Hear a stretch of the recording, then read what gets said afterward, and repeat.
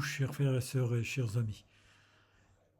Encore aujourd'hui, j'aimerais continuer dans cette mission que Dieu m'a donnée, d'encourager les frères et sœurs et d'encourager ceux qui n'ont pas encore donné leur cœur à Jésus à réfléchir et de mettre leur vie en règle avec le Seigneur. Parce que il est évident que tout ce que nous voyons, que nous vivons, eh bien, qu'il y a un véritable combat qui est engagé et que nous sommes vraiment dans des temps qui sont marqués. Nous le voyons parce qu'il y a une volonté méchante sur le monde et même pour enlever les signes qui se sont accomplis par la venue de Jésus sur terre. Beaucoup essayent de minimiser, de diminuer, même d'occulter, de faire comme s'il n'était jamais venu. Et pourtant, l'annonce de la bonne nouvelle continue à se répandre par l'évangile du salut, par l'évangile de la grâce, de la guérison et de la délivrance aussi. Comment ? Eh bien, parce que nous savons que Christ est ressuscité et qu'en lui, il nous a transmis aussi cette vocation, cette mission de continuer à répandre la bonne nouvelle. Et on ne peut pas le faire tout seul. C'est pour ça que Jésus avait promis que quelqu'un viendrait. Acte 1, versets 8 et 11. Mais vous recevrez une puissance, le Saint-Esprit survenant sur vous, et vous serez mes témoins à Jérusalem, dans toute la Judée, dans la Samarie et jusqu'aux extrémités de la terre. Et comme vous le savez, après avoir dit cela, Jésus fut élevé. Pendant qu'ils le regardaient, ils étaient près de 500. Et une nuée le déroba à leurs yeux.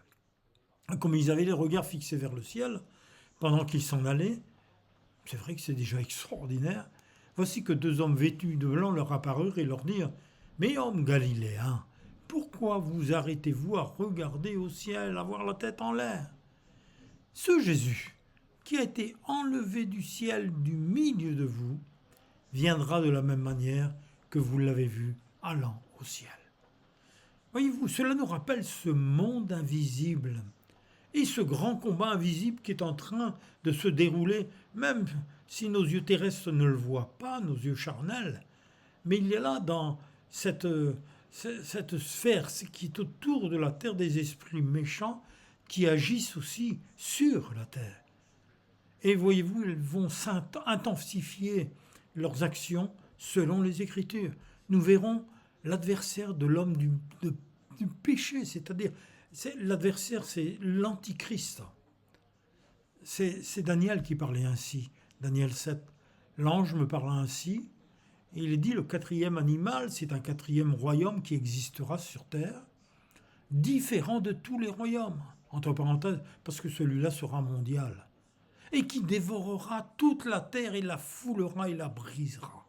C'est ce que nous voyons actuellement, qui est en train de s'intensifier avec ce gouvernement mondial, l'OMS, l'ONU, tout cela, toutes ces superpuissances qui sont dirigées, qui commencent à resserrer leurs tentacules sur terre.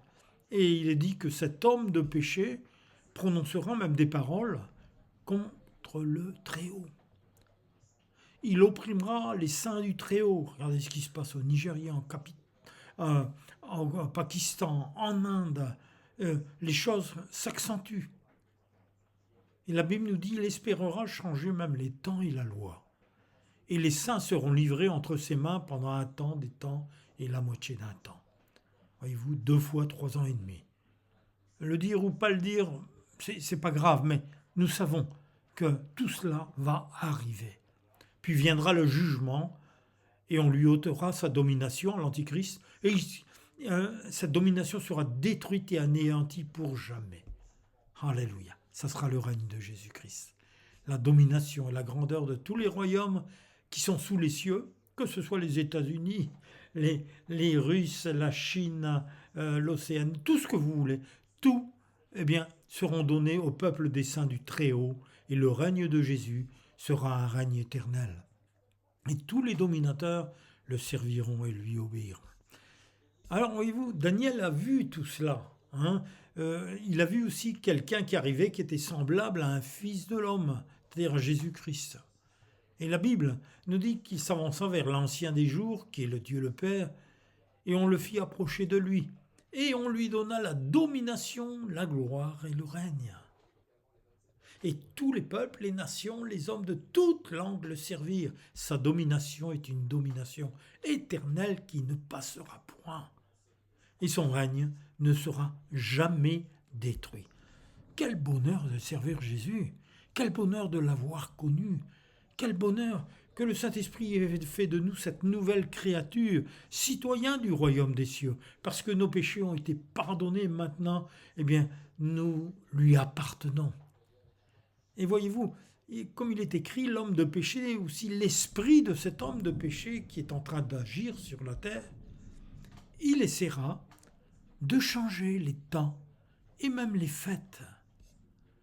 La parole de Dieu nous dit dans 2 Thessaloniciens chapitre 2, 1, 3 et 4, « Pour ce qui concerne l'avènement de notre Seigneur Jésus-Christ et notre réunion avec lui, eh bien, nous vous prions, frères et sœurs, que personne ne vous séduise d'aucune manière. Car il faut que l'apostasie soit arrivée auparavant et qu'on ait vu paraître l'homme du péché, le fils de la perdition. Il est là, caché dans un coin encore, il n'a pas encore été révélé. Mais la parole de Dieu nous dit que l'adversaire, qui s'élève au-dessus de tout ce qu'on appelle Dieu, ou de ce qu'on adore, eh bien, ira jusqu'à s'asseoir dans le temple de Dieu, se proclamant Dieu lui-même. Ça va arriver aussi, au niveau de Jérusalem. Et Thessaloniciens, Paul disait encore, chapitre 2, versets 7 et 8, « Car le mystère de l'iniquité agit déjà, mais il faut seulement que l'Église de Jésus-Christ, alléluia, qui le retient encore, parce qu'elle est là, qu'elle témoigne, qu'elle révèle la gloire de Dieu, qu'elle continue à évangéliser, eh bien, il faut que cette Église soit enlevée. Nous serons pour toujours avec le Seigneur. Et à ce moment-là, paraîtra l'impie, que le Seigneur Jésus détruira par le souffle de sa bouche et qu'il anéantira par l'éclat de son avènement. » Voyez-vous, cette parole est sûre, elle est vraie. Quand on ne peut plus distinguer la vérité du mensonge, on ne peut plus distinguer le bien du mal. Et quand cela arrive, on devient facile à contrôler. Non pas parce qu'on a été convaincu, mais parce qu'on a cessé de penser d'être conduit par l'Esprit de Christ, aussi selon les Écritures. On a délaissé les Écritures, on les laisse de côté, on les remplace par beaucoup de choses, y compris par l'IA. Mais la parole de Dieu nous dit que si les gens ne croient plus en rien, ne questionnent plus sur rien et ne font plus confiance à rien, ils ne résisteront à rien. Ce seront comme des moutons qu'on conduit à l'abattoir. Ils dériveront, engourdis, passifs, pendant que le monde autour d'eux va de plus en plus s'assombrir. Oui, nous sommes dans ces temps. Pourquoi ? Parce que c'est l'Esprit qui le dit. 1 Timothée 4, 1 à 3. L'Esprit dit expressément que dans les derniers temps, même quelques-uns abandonneront la foi pour s'attacher à des esprits séducteurs et à des doctrines de démons. Par l'hypocrisie de faux docteurs portant la marque de la flétrissure dans leur propre conscience, et bien prescrivant de ne pas se marier, et encore de beaucoup d'autres choses. L'ennemi agit actuellement en rentrant dans l'Église par les méthodes du monde, par le management, par des nouvelles idées qui sont là pour attirer le monde. Mais la parole de Dieu nous dit que c'est Christ qui doit attirer le monde au travers de la croix. S'il ne passe pas par la croix, cela ne sert à rien. Ce ne sera qu'une société d'associations qui seront là pour se distraire, faire des michouis, des repas, pour égayer le cours de la vie normale, mais oubliant que l'évangile de Jésus-Christ, ce n'est pas ça. Jésus n'a pas fait cela. Il est venu et il est mort pour nous, pour nos péchés. Il a dit aussi que les disciples seront traités comme le maître. s'il reste dans la vérité. Voyez-vous, le combat spirituel, d'abord, s'effectue dans notre esprit. Et si nous sommes vraiment en union avec Jésus, par le Saint-Esprit qui nous a été envoyé, et bien son esprit qui vit en nous, il est là en nous. Nous n'avons rien à craindre car notre foi triomphera. C'est une lutte intérieure. Elle est invisible entre l'esprit du mal qui veut nous dominer, mais ce n'est pas un combat physique, c'est-à-dire ce n'est pas par la chair que nous arrivons, mais par l'Esprit de Dieu qui habite en nous. Il faut prévenir les chrétiens que Satan est le voleur, le menteur, le trompeur, le destructeur. Regardez toutes les infos, regardez toutes les conversations qu'il y a. Nous voyons tout cela. Du mensonge, des vols, de la corruption, des tromperies et des destructions de guerre, dans tous les sens du terme. Parce que pour détruire aussi moralement dans la pensée et physiquement dans les corps, par des nouveaux virus inventés par l'homme. Jésus le dit bien dans Jean 10, verset 10, « Le voleur vient seulement pour voler, pour tuer, pour détruire. Mais moi, je suis venu afin que les hommes aient la vie et une vie abondante. » Alléluia. Alors, même si des personnes tournent la parole de Dieu, de Jésus en dérision, même s'ils mettent son nom en chanson, même s'ils fabulent ou carrément ne veulent pas la prendre en compte, eh bien le Saint-Esprit nous rappelle que cet esprit méchant existe et qu'il prendra une forme humaine par l'homme de péché. Et l'Antichrist, il arrive, il est nommé l'Antichrist. Et beaucoup se soumettront à son autorité. 1 Jean chapitre 2, verset 18. Jean va le dire avec son cœur de père, je dirais. Mes enfants, il dira, la dernière heure a commencé. Vous avez appris qu'un antichrist doit venir. Alors déjà à l'époque de Jean, il dit, or dès à présent, beaucoup d'antichrists sont là. Voilà pourquoi nous savons que nous sommes entrés dans la dernière heure. Un jour pour le Seigneur est comme 1000 ans, ne l'oublions pas. Et Jean va continuer dans sa deuxième lettre de Jean chapitre 1 versets 8 et 9. Il va dire alors mes enfants, prenez garde à vous-même afin que vous ne perdiez pas le fruit de votre travail, mais que vous receviez une pleine récompense. C'est la volonté de Dieu. Quiconque va plus loin ne demeure pas dans la doctrine de Christ n'a point Dieu. Ne le fréquentez pas. Mais celui qui demeure dans cette doctrine a le Père et le Fils. C'est un combat intérieur.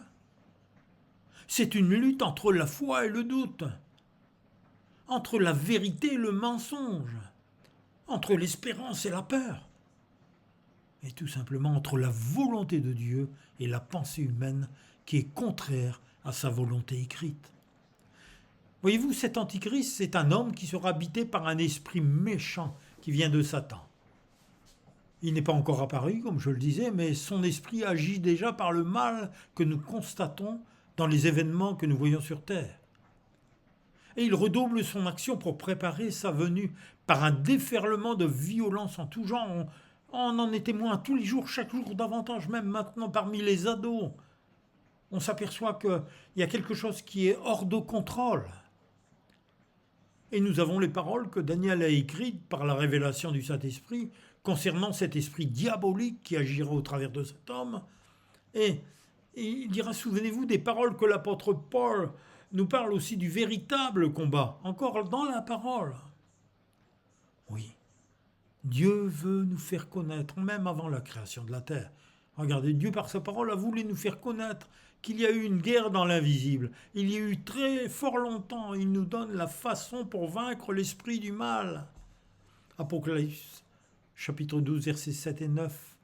Il est dit, il y eut une guerre dans le ciel. Michael, qu'on appelle même dans une notion plus moderne, Saint-Michel, Michel, et ses anges, l'archange Michel et ses anges combattirent contre le dragon, et le dragon et ses anges combattirent. Mais ils ne furent pas les plus forts, et leur place ne fut plus trouvée dans le ciel auprès de Dieu. Mais il fut précipité le grand dragon, le serpent ancien, appelé le diable et Satan.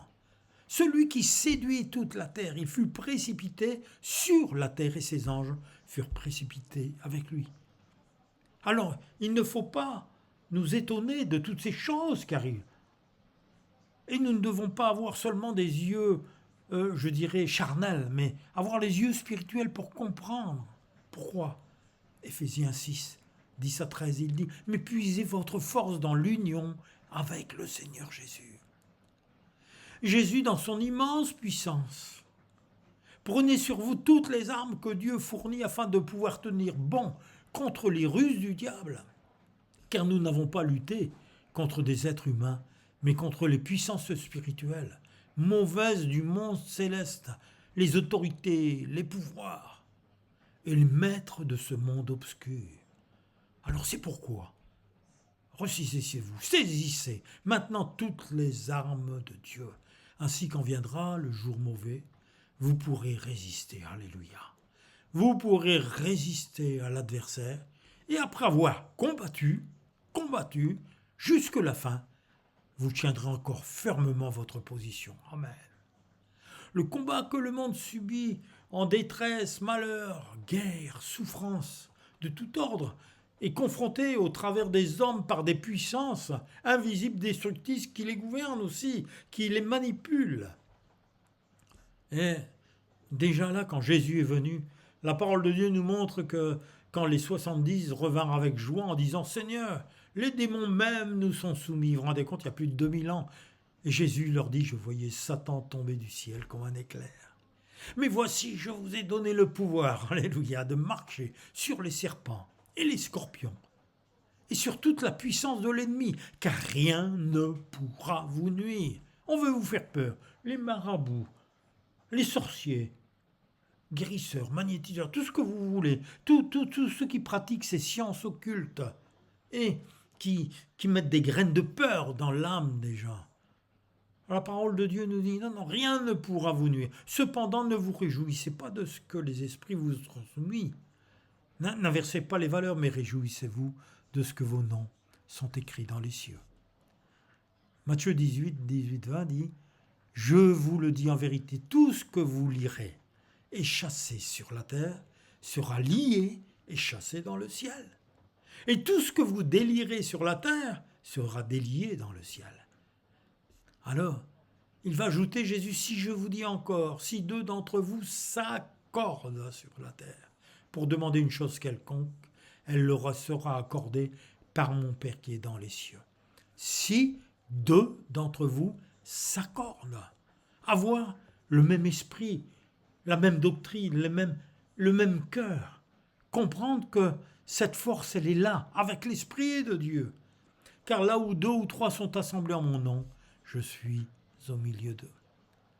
Alors parce que Christ est ressuscité et qu'elle agit continuellement, quand on l'invoque étant assis sur le trône de Dieu à la droite du Père, eh bien, la parole de Dieu nous dit que, là encore, si Satan veut nous montrer du doigt, veut nous rappeler ce que nous avons fait dans les temps passés, si Satan veut nous culpabiliser, si Satan veut nous amoindrir, la parole de Dieu, Romains 8, 34, nous dit, mais qui les condamnera ? Le Christ est mort, bien plus, il est ressuscité, il est à la droite de Dieu, et il intercède pour nous. Il a été fait justice pour nous. Et ces paroles apportent la certitude que beaucoup de batailles se passent dans nos pensées. Et pour vaincre, il n'y a pas 36 moyens. 1 Pierre, chapitre 1, versets 22-23. Par votre obéissance à la vérité, eh bien vous avez purifié votre être. Verset 23. Car vous êtes nés à une vie nouvelle, et non d'un homme mortel, mais d'une semence immortelle, c'est-à-dire qui a été déposée dans notre cœur par le Saint-Esprit, la parole vivante et éternelle de Dieu. Alléluia. Elle est là et elle produit les fruits. Alors, nous vivons déjà dans ces temps de paroles blasphématoires contre Dieu et de cette oppression dont beaucoup de frères et sœurs, comme je disais, dans certains pays, vont même jusqu'à mourir. On les tue. on les exécute.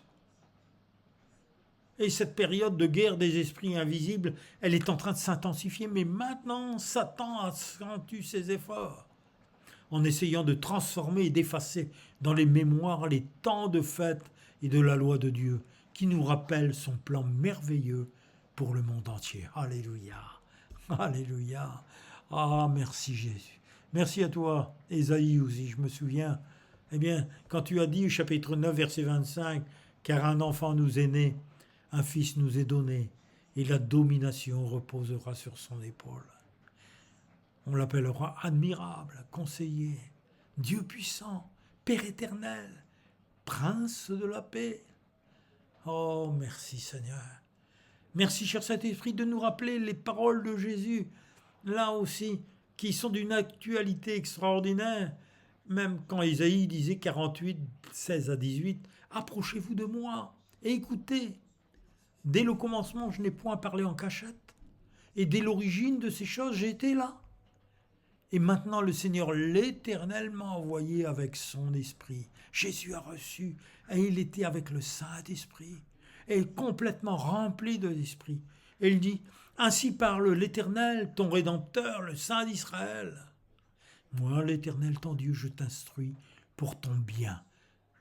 Je te conduis dans la voie que tu dois suivre. » Ah, si tu étais attentif à mes commandements, ton bien-être serait comme un fleuve, et ton bonheur comme les flots de la mer.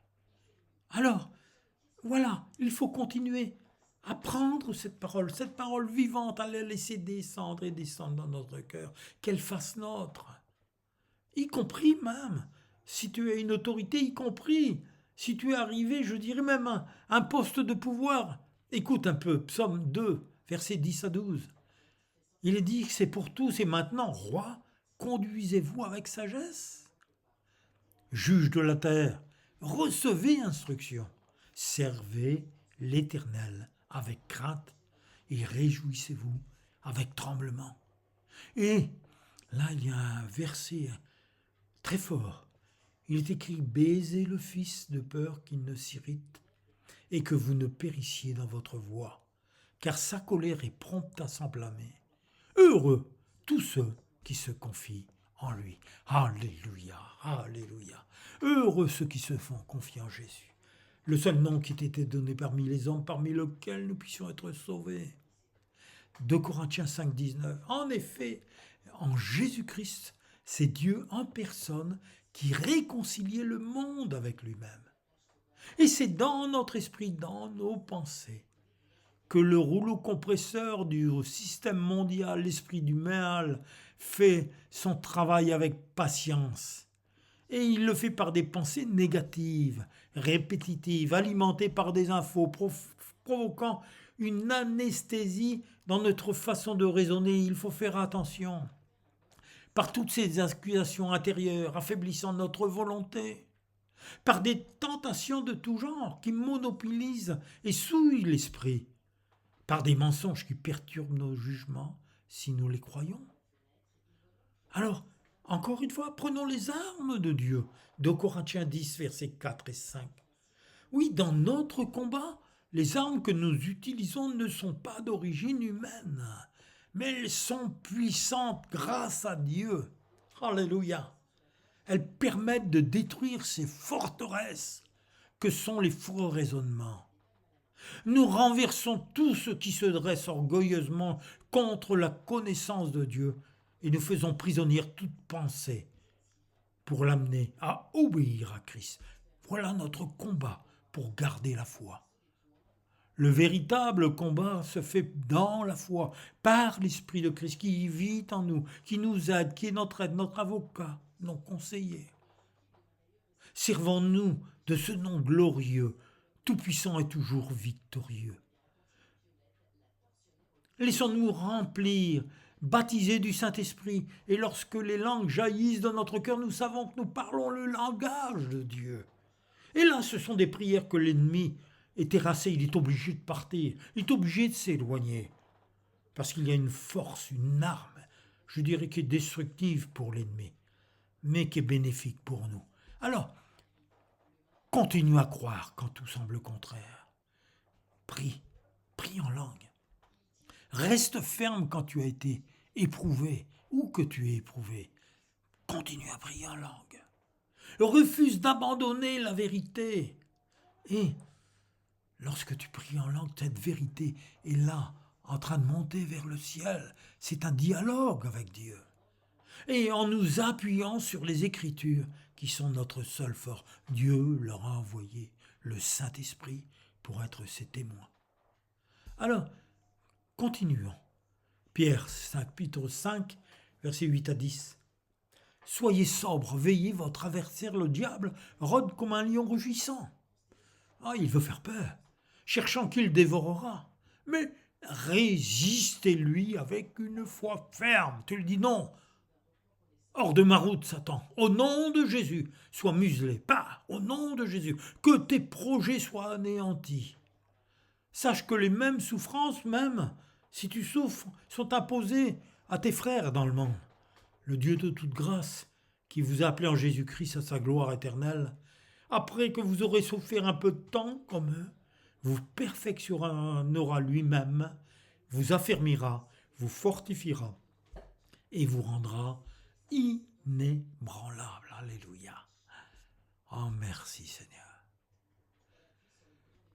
Selon le combat dans lequel nous nous trouvons, parfois rien que la prière de la foi persévérante nous conduira à la victoire. Que nos pensées soient complètement en Christ.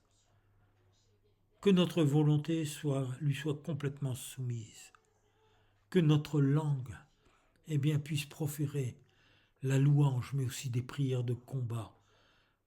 Dans cette langue, parfois, que nous ne comprenons pas avec notre intelligence humaine, mais que l'intelligence spirituelle qui nous fortifie nous montre que c'est le véritable combat qui s'est engagé.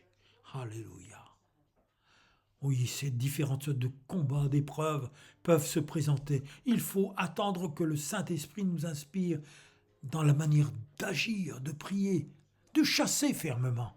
Tout dépend de l'épreuve, du combat dans lequel on se trouve. Mais il est là et il nous a donné ses armes. Alléluia. Comme Daniel dans la fosse aux lions. C'est vrai que c'était une épreuve différente de celle des 3 amis qui ont été dans la fournaise et que Dieu a délivré. Mais Daniel, serviteur du Dieu vivant, ton Dieu que tu sers avec persévérance, a-t-il pu te délivrer des lions, disait le roi Darius? Oui, et Daniel dit au roi, Roi, vis éternellement, mon Dieu a envoyé son ange et fermé la gueule des lions, et qui ne m'ont fait aucun mal, parce que j'étais trouvé innocent devant lui. Et devant toi non plus, ô roi, je n'ai rien fait de mauvais. Voyez-vous, il y a là, je dirais, toutes des épreuves, même avec les 3 amis de Daniel, Shadrach, Meshach, Abednego, serviteurs du Dieu suprême aussi, et qui ont été jetés dans une fournaise qui a été, je dirais, chauffée 7 fois plus même. Et ils ont entendu, sortez et venez. Qui c'est qui l'avait dit cela? Mais c'était le roi Nebuchadnezzar. Il s'est approché de l'entrée et même dans la fournaise ardente, il a vu qu'ils n'étaient plus 3, ils étaient 4, il y avait quelqu'un avec eux en plus. Il dit, mais sortez et venez. Il ne comprenait plus, il était lui aussi terrassé. Et il dit, et Shadrach, Meshach et Abednego sortirent du milieu de feu. Oui, la victoire est à notre portée, elle est là. Alors soumettez-vous à Dieu et résistez au diable et il s'enfuira loin de vous.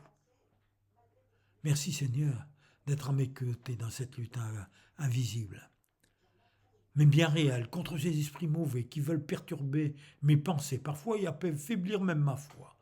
Mais je veux rester près de toi, dans cette présence constante, pour rester en paix, mais aussi chasser ces esprits mauvais, qui sont aussi réels et qui agissent aussi au travers des personnes parfois qui m'entourent. Mais béni soit Dieu, sois béni Seigneur, sois loué, je continue à crier, je continue à parler en langue, je continue à bénir l'Éternel, et je suis délivré de tous mes ennemis. Alors, mes amis, mes frères, mes sœurs, soyez bénis et que votre foi soit fortifiée. À Dieu le Père, par Jésus-Christ, soit l'honneur, la gloire, la force et la puissance pour l'éternité. Amen.